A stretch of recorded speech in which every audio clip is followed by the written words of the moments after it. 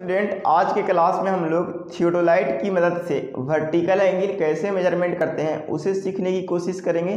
जब ये कंप्लीट हो जाएगा तो हम लोग प्रोलोंगेशन ऑफ सर्वे लाइन यानी सर्वे लाइन को आगे कैसे बढ़ाते हैं उसे भी सीखने की यहाँ पे कोशिश करेंगे स्टेप बाय स्टेप। ठीक है, तो आइए आप लोग फ्रेश हेडिंग बनाइए, मेजरमेंट ऑफ वर्टिकल एंगल। ठीक है ना, कि वर्टिकल एंगल को कैसे मेजरमेंट करेंगे। ठीक है, तो आपको समझ आना चाहिए कि वर्टिकल एंगल क्या होता है। ठीक है, समझिए कि अगर कोई भी एंगल वर्टिकल प्लेन में अगर वर्टिकल प्लेन में अगर ऑब्जर्व कर रहे हो तो उस एंगल को हम लोग बोलेंगे वर्टिकल एंगल। ठीक है ना, और यही डिफिनेशन यहाँ पे लिखा गया है, the angle observe in vertical plane comma is known as vertical angle. ठीक है, आइए इसे एक डायग्राम की मदद से सीखने की पूरा कोशिश करते हैं। ये आपकी एक वर्टिकल प्लेन बना रहे हैं। सपोज करिए कि ये क्या है, वर्टिकल प्लेन है जिसको बोलते हैं शॉर्ट में वीपी है। ठीक है ना, हाँ, अगर एक पॉइंट ए है और दूसरा पॉइंट बी है, ठीक है ना, एक पॉइंट ए है और दूसरा पॉइंट बी है, यानी एक स्टेशन ए है और दूसरा स्टेशन बी है वर्टिकल प्लेन में। ठीक है, इसे एंगल मेजरमेंट करना है विद द हेल्प ऑफ, बोलिए, थियोडोलाइट की मदद से आपको एंगल मेजरमेंट करना है। तो हम लोग क्या करेंगे, ग्राउंड लेवल पर आप क्या करोगे, इंस्ट्रूमेंट को सेट करोगे। चलो सेट कर रहे हैं, ये आपकी इंस्ट्रूमेंट रहा और इस इंस्ट्रूमेंट को सेट किया। सेट करते समय इस बात को ध्यान होनी चाहिए कि वर्टिकल सर्किल का रीडिंग 0 होना चाहिए। ठीक है ना, यहाँ पे जब सेट कर रहे होंगे तो वर्टिकल सर्किल का रीडिंग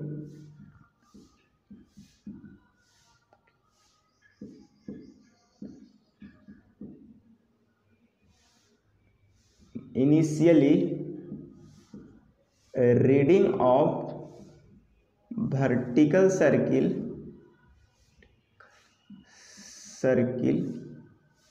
इज 0 हम लोग करने की कोशिश करेंगे। कोशिश क्या कर ही देंगे, वर्टिकल सर्किल का रीडिंग क्या कर देंगे, वो 0 कर देंगे शुरुआत में। 0 करने से आपकी फ़ायदा क्या होगी, 0 करने से फ़ायदा ये होगा कि आप हॉरिजॉन्टल साइटिंग के लिए रेडी हो जाओगे। यानी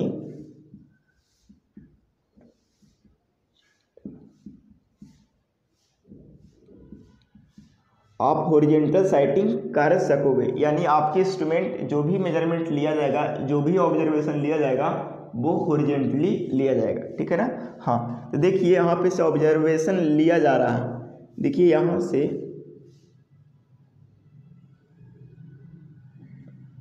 देखिए ये पॉइंट को देख रहे हैं, आप लोग भी देखिए ये पॉइंट को, सिर्फ हम ही नहीं देखेंगे। देखिए ये पॉइंट को हम देख रहे हैं। सपोज करिए कि ये पॉइंट ए है और वर्टिकल सर्किल का रीडिंग 0 है, इसका मतलब इसको हॉरिजॉन्टल साइटिंग बोलेंगे। क्या बोलेंगे वो, हॉरिजॉन्टल साइटिंग। ठीक है ना, हाँ, अब हमको ए से बी पॉइंट के बीच का हम लोग को एंगल मेजरमेंट करना है, यानी स्टेशन ए और स्टेशन बी के बीच एंगल मेजरमेंट करना है। ठीक है ना, हाँ, तो क्या करेंगे कि यहाँ पे क्लैंपिंग स्क्रू होता है जो वर्टिकल सर्किल को नहीं बल्कि टेलीस्कोप को मूव कराने के लिए यानी ट्रांजिट कराने के लिए लगा होता है। उसको अगर लूज करेंगे तो आपकी टेलीस्कोप को मूव करा सकते हो।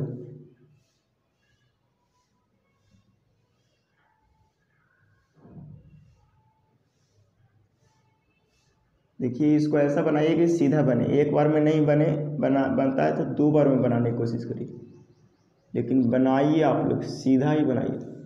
देखिए हम बना दे रहे हैं सीधा और मान लीजिए कि सीधा, आप लोग ऐसा नहीं करिएगा। ठीक है ना, हाँ, देखिए बी के पास जो देख रहे हैं उसको बोलेंगे inclined line of sighting, inclined line of sighting. ठीक है ना, यह साइट। ठीक है ना, ऑब्जर्वर कहाँ पे है वो, तो यहाँ पे है ऑब्जर्वर। ऑब्जर्वर कहने का मतलब होता है सर्वेयर, और सर्वेयर कहने का मतलब होगा ही, सर्वेयर कहता है ये डिप्लोमाधारी वाला को ही जनरली ये रिस्पॉन्स दिया जाता है। ठीक है ना, हाँ, तो इस चीज़ को आप समझने की कोशिश करोगे। यहाँ पे क्या आप लोग देख रहे हो, एक horizontal line of sighting, horizontal line of sighting और वर्टिकल लाइन ऑफ साइटिंग के बीच में कोई एक एंगल बन रहा होगा और ये एंगल वर्टिकल प्लेन में बन रहा है, तो इसी एंगल को हम लोग बोलते हैं वर्टिकल एंगल। क्या बोलते हैं वो? Vertical angle. तो वर्टिकल एंगल को एज ए सिविल इंजीनियर कैसे डिफाइन करोगे, यहाँ पे लिखोगे और में एक डिफिनेशन कि the angle between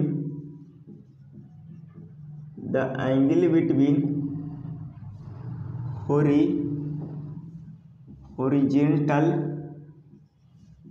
line of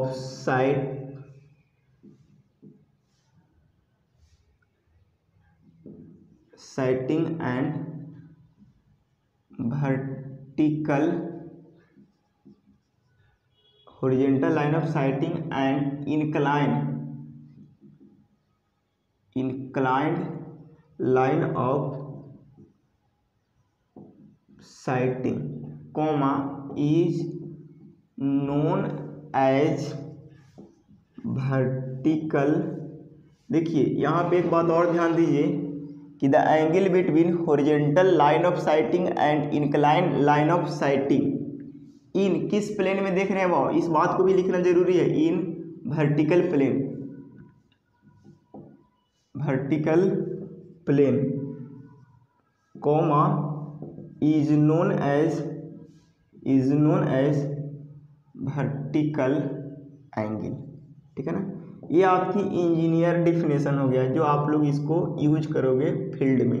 ठीक है ना, हाँ, और वर्टिकल एंगल ऐसे ही हम लोग मेजरमेंट करेंगे। ठीक है ना, तो बड़े आराम से देख सकते हो कि यहाँ पे तो अभी देख रहे हैं कि हॉरिजॉन्टल लाइन ऑफ साइट नीचे है और ऑब्जर्वर जो इंक्लाइन लाइन ऑफ साइट ऊपर है। ठीक है ना, इस चीज़ को आप समझो कि हॉरिजॉन्टल लाइन ऑफ साइट नीचे है और वर्टिकल लाइन ऑफ साइट ऊपर, इंक्लाइन लाइन ऑफ साइट ऊपर है। एक स्थिति ऐसा भी तो बन सकता है कि सपोज करिए कि ये एक आपकी वर्टिकल प्लेन है, ठीक है ना, और इसमें एक पॉइंट ए है और एक पॉइंट ये बी है। आपकी ग्राउंड लेवल ये है, ये आपकी ग्राउंड लेवल है और यहाँ पे आपने क्या किया, इंस्ट्रूमेंट को सेट किया। इंस्ट्रूमेंट को क्या किया, वो सेट किया। ये आपकी इंस्ट्रूमेंट है, तो ये वाला आपकी हो गई, ये जो हुई ये आपकी हो गई horizontal line of site, horizontal line of site. और देखिए, और यहाँ से क्या आप देखोगे कि आपकी यहाँ पे इसके बीच ए और बी स्टेशन के बीच एंगल मेजरमेंट करना है, तो आप क्या करोगे, अगर नीचे देखना चालू करोगे,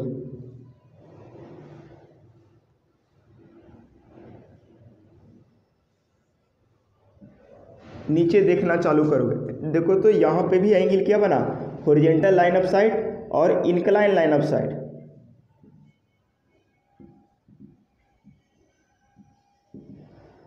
ठीक है ना, यहाँ पे भी हॉरिजॉन्टल लाइन ऑफ साइट और इंक्लाइन लाइन ऑफ साइट है। ठीक है ना, दोनों के बीच अगर वर्टिकल प्लेन में एंगल बन रहा है तब उसको बोलेंगे वर्टिकल एंगल। ठीक है ना, देख पा रहे होंगे कि इस स्थिति में भी वर्टिकल एंगल बन रहा है और इस स्थिति में भी वर्टिकल एंगल बन रहा है। इसका मतलब दोनों ही स्थिति में वर्टिकल एंगल बनेगा। बात ध्यान देने वाली ये है कि हॉरिजॉन्टल लाइन ऑफ साइट अगर ऊपर है तब हम इस वर्टिकल एंगल को वर्टिकल एंगल ना बोल करके इसको बोलते हैं डिप्रेशन। क्या बोलते हैं वो, एंगल ऑफ डिप्रेशन। ठीक है ना, और यहाँ पे अगर हॉरिजॉन्टल लाइन ऑफ साइट नीचे है और इंक्लाइन लाइन ऑफ साइट ऊपर है तब इस वर्टिकल एंगल को वर्टिकल एंगल ना बोल करके हम लोग इसको बोलते हैं, क्या बोलते हैं वो, बोलो, एंगल ऑफ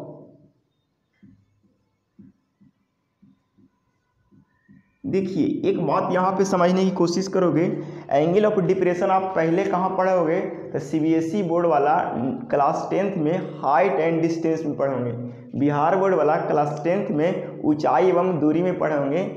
तो देखिए सीबीएसई बोर्ड वाला क्या पढ़े होंगे कि एंगल ऑफ एलिवेशन के नाम से पढ़े होंगे और एंगल ऑफ डिप्रेशन के नाम से पढ़े होंगे। कि इसमें एंगल ऑफ डिप्रेशन में ऑब्जर्वर नीचे देखता था और एंगल ऑफ एलिवेशन में ऑब्जर्वर ऊपर देखता था। ठीक, बिहार बोर्ड वाला वही पढ़ते थे कि जो दर्शक रहता था वो क्या करता था, ऊपर देखता था, तब उसको हम लोग बोलते थे उन्नयन कोण। अगर ऊपर से नीचे अगर देखता था दर्शक तब उसको बोलते थे अवनमन कोण। देखिए इसी को बोलते थे अवनमन कोण, ठीक है ना, और इसको बोलते थे उन्नयन कोण, ठीक है ना। इस चीज़ को आप अगर वहाँ से रिलेट करके समझोगे तो हम कोशिश ये करेंगे या हम ये समझाने की कोशिश करेंगे कि आपको ये चीज़ क्रिस्टल क्लियर हो गया होगा। तो उम्मीद है कि आपको वर्टिकल एंगल का कॉन्सेप्ट थोड़ी बहुत एज ए सर्वे यानी सर्वे के पॉइंट ऑफ व्यू से आपको समझ आ रहा होगा, ठीक है ना।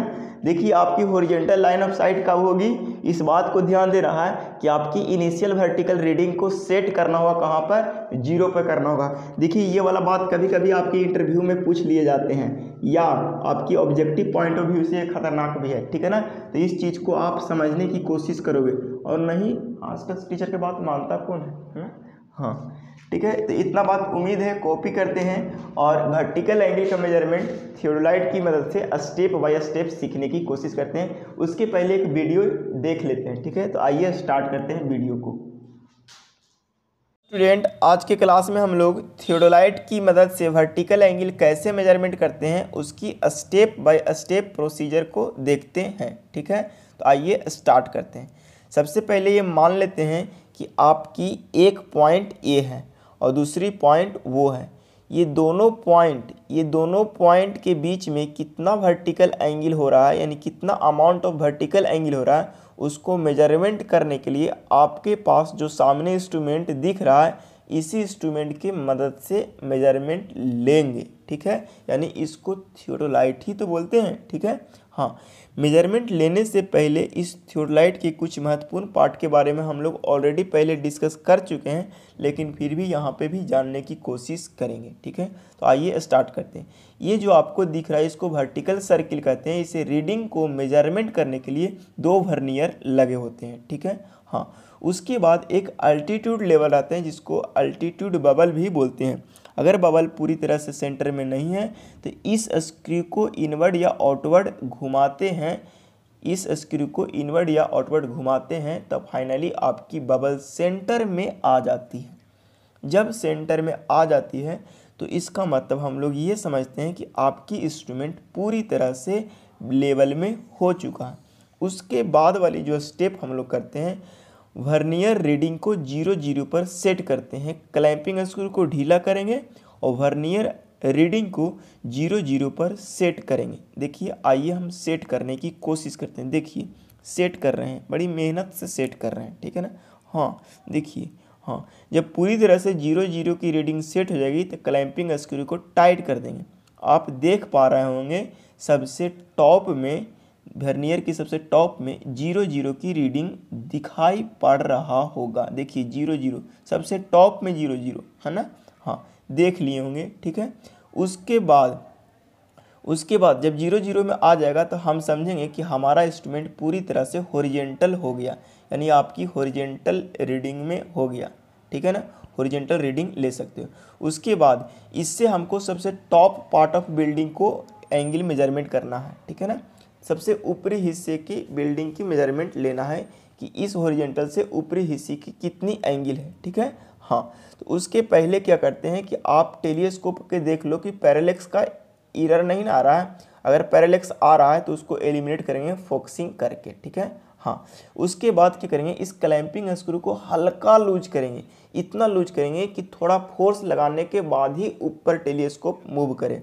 अगर आपने यहाँ पे एक गलती कर दोगे, टेलीस्कोप को अचानक से पूरा लूज कर दोगे तो आपकी जो टेलीस्कोप नीचे की ओर मूव कर जाएगा और आपकी रीडिंग बेकार हो जाएगी। इसीलिए हल्का लूज करके तब जा कर के बिल्डिंग के टॉप पार्ट को देखने की कोशिश करोगे, ठीक है। देखिए आप यहाँ पे हल्का लूज करेंगे, देखिए, और उसके बाद बिल्डिंग के टॉप पार्ट देखने की कोशिश करेंगे। देखिए हल्का लूज किए और धीरे धीरे टेलीस्कोप को ऊपर उठा रहे हैं, जब तक उठाते रहेंगे कि जब तक कि आपकी टारगेट पॉइंट यानी बिल्डिंग की सबसे ऊपरी वाली पार्ट दिखाई ना पड़ जाए।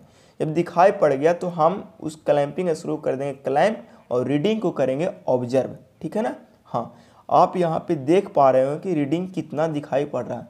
हमें देखने से ये पता चल रहा है कि हमारा रीडिंग जो है वो 50 डिग्री का ऑब्जर्वेशन दिखा रहा है, ठीक है। देखिए सबसे टॉप में 50 डिग्री दिखाई पड़ रहा है।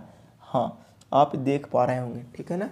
हाँ ठीक है, तो आपकी 50 डिग्री का वर्टिकल एंगल हो गया। देखिए यहाँ पे फेस वर्टिकल सर्किल का कौन ऑब्जर्वेशन है। अगर वर्टिकल सर्किल अगर आपकी लेफ्ट में है तो फेस लेफ्ट ऑब्जर्वेशन है, ठीक है ना। यहाँ पे क्या करते हैं कि फेस लेफ्ट और फेस राइट बार बार लेते हैं। एक बार फेस लेफ्ट ऑब्जर्वेशन लेते हैं, एक बार फेस राइट ऑब्जर्वेशन लेते हैं, और जितने भी फेस लेफ्ट और फेस राइट ऑब्जर्वेशन होते हैं वो सारे का मीन निकालते हैं। तब वहाँ से आपकी क्या होती है, वर्टिकल एंगल का मेजरमेंट एक्चुअल होता है, ठीक है। हाँ, तो देखिए यहाँ पे फेस चेंज कैसे करते हैं, तो इस बात को ध्यान दीजिए। देखिए इस थियोडोलाइट को एक बार 180 से स्विंग करा दीजिए और टेलीस्कोप को 180 से ट्रांजिट करा दीजिए, तब आपकी फेस चेंज हो जाएगी। फेस चेंज करने का मतलब वर्टिकल सर्किल अभी आपकी लेफ्ट में है वो राइट में चले जाएंगे, ठीक है। आप यहाँ पे देख पा रहे होंगे कि एक बार 180 से घुमा रहा है और एक बार ट्रांजिट कर रहा है, ठीक है ना। हाँ, देखिए फेस राइट में शिफ्ट हो गया कि नहीं हुआ, देख पा रहे होंगे आप। देखिए अभी इसको लेफ्ट में शिफ्ट करना है तो 180 से घुमा दिए, फिर देखिए ट्रांजिट भी कर दिए 180 से, तब आपकी फेस चेंज हो जा रही है। इस बात को आप बार बार रिपीट करोगे और फाइनली सारे ऑब्जर्वेशन को मीन लेगा, वही आपकी क्या होगी, वर्टिकल एंगल। उम्मीद है इतना बात आप लोग करके आप लोग समझ गए होंगे। बस उसी को स्टेप को रिकॉल कर देते हैं, ठीक है। कह रहा है there are following step used for measurement of vertical angle. Vertical angle को मेजरमेंट करने के लिए ये सारे स्टेप को यूज करेंगे, ठीक है ना। First of all set the theodolite. सबसे पहले क्या करेंगे, थियोडोलाइट को सेट करें कहाँ पे, ओवर द रिक्वायर्ड स्टेशन। जिस स्टेशन पर आपको इंस्ट्रूमेंट को सेट करना है उस स्टेशन पर इंस्ट्रूमेंट को सेट कर देंगे। एंड सेंटर एंड लेवल, और उसको लेवल कर देंगे, सेंटर कर देंगे। अगर पैरालेक्स की डिफेक्ट आ रही है तो पैरालेक्स को भी एलिमिनेट कर देंगे, ठीक है। हाँ, स्टेप पहला की ओर मूव करते हैं। Set the zero of the vertical vernier. Vertical vernier की जीरो को एग्जैक्टली कोइंसाइड कर देंगे वर्टिकल स्केल वाली जीरो से, ठीक है ना। तब हमारा वर्नियर में 0 0 की रीडिंग अपीयर हो जाएंगे, ठीक है। आप वीडियो में देखे होंगे, ठीक है। हाँ, इसको कैसे, तो using the clamping screw. Clamping screw के मदद से यूज कर सकते हैं, और टेंजेंशियल स्क्रू को चाहो तो सहारा ले सकते हो अगर ज़रूरत पड़ा तब, ठीक है। अगली स्टेप क्या है कि check the bubble altitude level is exactly centre. हम लोग क्या करेंगे कि बबल को चेक करेंगे अल्टीट्यूड लेवल वाली की। अगर सेंटर में है तो कोई बात नहीं, अगर सेंटर में नहीं है, अगर सेंटर में नहीं है तब उसको सेंटर में लाने की कोशिश करेंगे। बबल को एग्जैक्टली सेंटर में लाने की कोशिश करेंगे क्लैंपिंग स्क्रू को मदद से। यही बात लिखा है, check of the bubble of altitude level tube is exactly centre if it is not centre. अगर सेंटर में नहीं है तब then bring the bubble is exactly centre by clamping screw. तो हम लोग लाने की कोशिश करेंगे सेंटर में क्लैंपिंग स्क्रू को मदद से। इससे फ़ायदा क्या होगा, इससे फ़ायदा ये होगा कि आप इंस्ट्रूमेंट से हॉरिजॉन्टल साइटिंग लेने के लिए तैयार हो जाओगे, ठीक है ना। हाँ, स्टेप थर्ड की ओर क्या मूव करता है, कह रहा है कि अनक्लैंप द वर्टिकल सर्किल क्लैंपिंग, ठीक है ना। वर्टिकल सर्किल को जो अनक्लैंप कर देंगे, जो जहाँ से वर्टिकल सर्किल कसा हुआ यानी टेलीस्कोप जो कसा हुआ है ऊपर में, उससे को अनक्लैंप कर देंगे, ठीक है ना। हाँ, and move the telescope in vertical plane. और अनक्लैंप करने से क्या होगा, टेलीस्कोप मूव करने लगेगा वर्टिकल प्लेन में for sighting the staff held at any station. और वर्टिकल प्लेन में किसी भी स्टेशन का आप साइटिंग आसानी से ले सकते हो, ठीक है। चौथा पॉइंट ये है, change the face of the instrument. Main बात यही है कि फेस चेंज, इस चीज़ पर हम बार बार हाईलाइट कर रहे हैं, changing the face. Changing face कहने का मतलब चेंजिंग फेस कैसे करोगे, तो इसमें दो ही बात ध्यान देना है। वन टाइम यानी एक बार, वन टाइम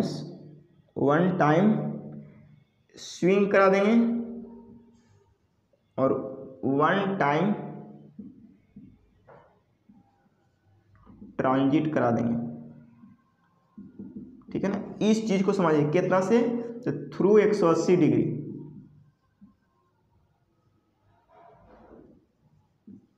थ्रू 180 डिग्री। यहाँ पे भी कितना, थ्रू,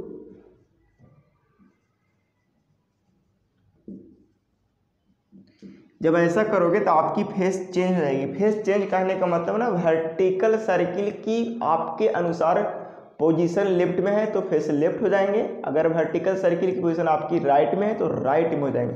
तो फेस चेंजिंग का यही आपकी फंडा है फील्ड में, ठीक है ना। हाँ, तो वही कह रहा है कि changing the face and repeat the all above step and take the reading in this position. और फेस लेफ्ट से एक बार लेंगे, फेस राइट से लेंगे, लेफ्ट राइट कर करके हम लोग सारे ऑब्जर्वेशन ले लेंगे, और लेने के बाद सारे ऑब्जर्वेशन को मीन निकाल लेंगे। क्या निकाल लेंगे, मीन, और वही होगा actual measurement of vertical angle. वो जो जितना भी मीन निकालने के बाद जो एंगल आएगा ना, वही होगा आपकी वर्टिकल एंगल, ठीक है ना। हाँ, कह रहा mean of the face reading, face right reading give the actual vertical angle. देखिए वही बात आपको लिखा है, मीन कहने का मतलब होता है, थोड़ा सा आप लोग समझिए हिंदी में एवरेज। सर ये कहाँ का एवरेज है, कहाँ का हिंदी मीनिंग है, मीन का ही एवरेज ही हिंदी, ठीक है ना। हाँ, इस चीज़ को आप समझने की पूरा कोशिश करो, ठीक है। उम्मीद है क्रिस्टल क्लियर हो गया होगा। हम लोग प्रोलॉन्गेशन ऑफ सर्वे लाइन सीखने की कोशिश करेंगे। सपोज करिए कि आपकी एक सर्वे लाइन ए बी है, ए और बी है, ठीक है ना। ये सर्वे लाइन है, ठीक है ना, और इसको हम चाह रहे हैं कि इसको और आगे बढ़ावे। प्रोलॉन्गेशन का मतलब ही होता है कि सर्वे लाइन को आगे बढ़ाते जाओ जहाँ तक आपकी ज़रूरत है, ठीक है। हम और आगे बढ़ाएंगे कहाँ, बोर्ड पार हो जाएगा, है ना। हाँ, ठीक है। तो सबसे पहला काम क्या कीजिए कि आप स्टेशन ए पर क्या करो, इंस्ट्रूमेंट को सेट करो। स्टेशन ए पर इंस्ट्रूमेंट को सेट करो और लेबलिंग करो, सेंटरिंग कर दो। ये आपकी क्या है, थियोडोलाइट, ठीक है ना। और यहाँ से आप ऑब्जर्व कर रहे हो, यहाँ पे क्या है, ऑब्जर्वर यानी सर्वेयर यानी डिप्लोमाधारी, ठीक है ना। हाँ, और बी पॉइंट पर आप क्या करो, एक रेंजिंग रड को रख दो,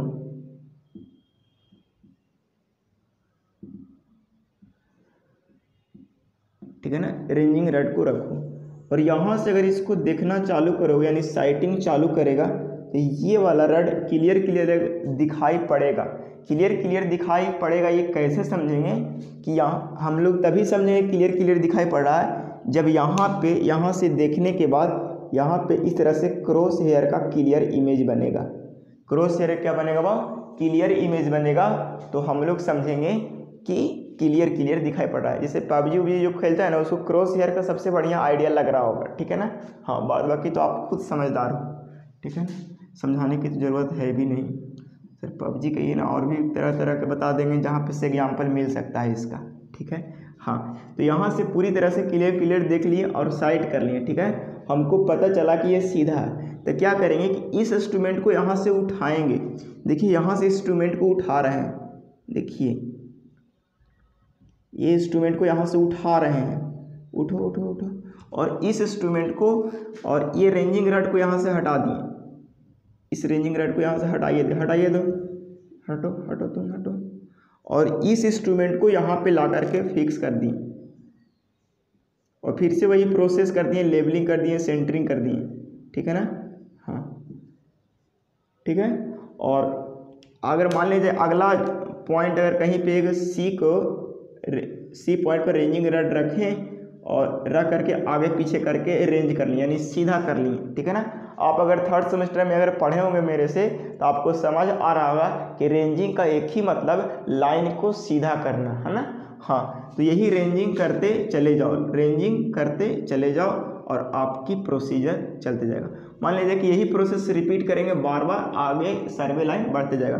फिर यहाँ से इंस्ट्रूमेंट को उठाएंगे, फिर अगले जगह पर रखेंगे, फिर उठाएंगे, फिर अगली जगह पर रखेंगे।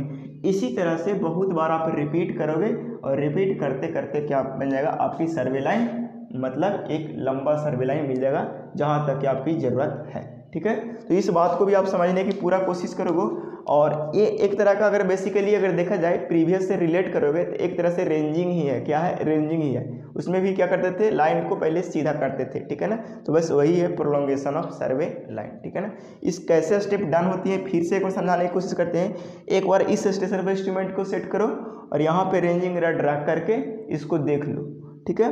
और अगर यहाँ पे देख लिया तो फिर से यहाँ से इंस्ट्रूमेंट को कबाड़ो और यहाँ पे सेट करो और फिर से आगे की रेंजिंग रड रख के देखते जाओ और फिर से अगला स्टेशन पर इंस्ट्रूमेंट को सेट करो और फिर से आगे रेंजिंग रड को देखते चले जाओ।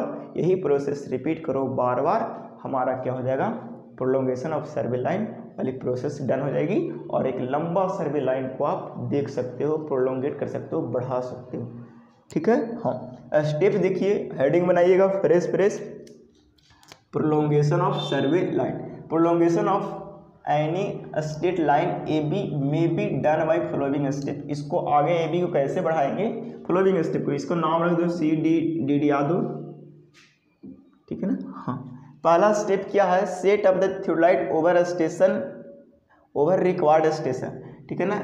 जिस स्टेशन पर आपके इंस्ट्रूमेंट को सेट कर रहे हैं यानी पहले स्टार्टिंग पॉइंट पर ही यानी स्टार्टिंग स्टेशन पर ही मतलब इंस्ट्रूमेंट को सेट करेंगे, ठीक है। एंड सेंटर एंड लेवल, और उसको सेंटर कर देंगे, लेवल कर देंगे, ठीक है ना। उसके बाद clamp the upper plate and unclamp the lower plate and bisect the ranging rod held at point B, ठीक है ना। और उसके बाद इसको क्लैंपिंग का प्रोसेस करके हम लोग क्या करेंगे? इसको बाइसेक्ट कर देंगे, ठीक है ना। हाँ, और establish point C in the horizontal line of a state at convenient distance, और उसके बाद इसी में सी एक पॉइंट को सेलेक्ट करेंगे और उस पर रख करके रेंजिंग करते जाएंगे और आपकी आगे वाली पॉइंट मिलते चला जाएगा, ठीक है। यही प्रोसेस रिपीट करेंगे। Shift the instrument at B and centre and level it, और उस इंस्ट्रूमेंट को बी पॉइंट पर शिफ्ट करेंगे और सेंटर कर देंगे, लेवल कर देंगे, ठीक है। स्टेप 5 में करा है sight the stop held at point C, और फिर सी पर स्टॉप को रखेंगे और फिर स्टॉप को या लेवलिंग स्टॉप बोलो या रेंजिंग रड जो भी बोलो उसको रख करके साइड करते चले जाओ और आपकी अनदर पॉइंट ऐसे ही ढूंढते चले जाओ, मिलता चला जाएगा और एक लंबा सर्वे लाइन को आप खोज सकते हो, ठीक है। हाँ, इसके बाद आपको आता है मेजरमेंट ऑफ डिफ्लेक्शन एंगल। तो मेजरमेंट ऑफ डिफ्लेक्शन एंगल भी आपको ऑलरेडी कर्व में पढ़ा दिए हैं कि अगर कोई कर्व है तो कर्व में एक स्टेशन पर थियोलाइट को सेट करते थे और वहाँ से सारे एंगल को मेजरमेंट करते थे, ठीक। हाँ,